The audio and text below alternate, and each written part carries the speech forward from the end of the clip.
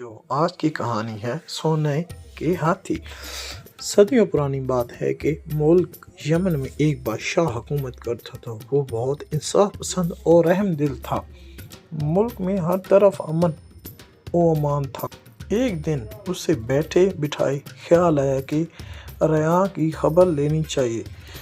پھر اس نے اعلان کروایا کہ بادشاہ کو کوئی ایسی کہانی سنائے جو اس نے کبھی نہ سنی ہو۔ جو ایسی کہانی سنائے گا اسے سونے کا ہاتھی انعام میں دیا جائے گا۔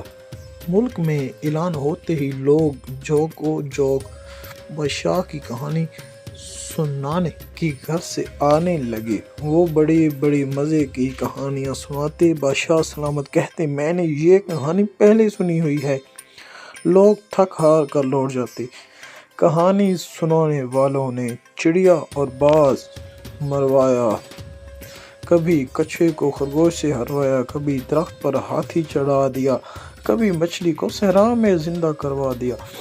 دن کو آلو اور چمگادڑ کی کہانیاں سنائیں، لیکن بادشاہ سلامت پر ایک کو کہتے، میں نے یہ کہانی سنی ہوئی ہے۔ آہستہ آہستہ لوگ کم ہونے لگے۔ یمن کے ایک گاؤں میں ارسلان نامی نوجوان رہتا تھا۔ اس نے تمام باتیں سنی اور ایک نئی کہانی لے کر بادشاہ کے درمیان پہنچ گیا۔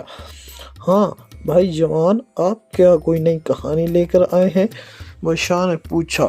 حضور، کہانی نہیں، ایک حقیقت لے کر آیا ہوں۔ ارسلان نے عاجزی سے کہا۔ بادشاہ سلامت، آپ سے پہلے آپ کے والد محترم بادشاہ تھے۔ ان سے پہلے آپ کے دادا حضور بھی بہت عظیم و شان سلطنت کے مالک تھے۔ آپ کا دادا حضور نے آپ کے والد محترم کی شادی پر سونے چاندی کے برتنوں میں کھانا دیا۔ جس طرح آپ کے والد اور دادا بادشاہ تھے، اس طرح میرے والد محترم اور دادا حضور بہت بڑے تاجر تھے۔ آپ کے دادا نے میرے دادا سے کچھ برتن ادھار لیے تھے، جن میں سونے کے ساتھ دیگیں، پرات، پلیٹیں، چمچے اور دوسرے برتن تھے۔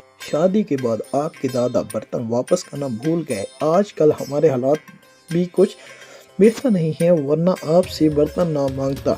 شاید آپ کے والد محترم یا دادا حضور نے آپ کو بتایا ہو۔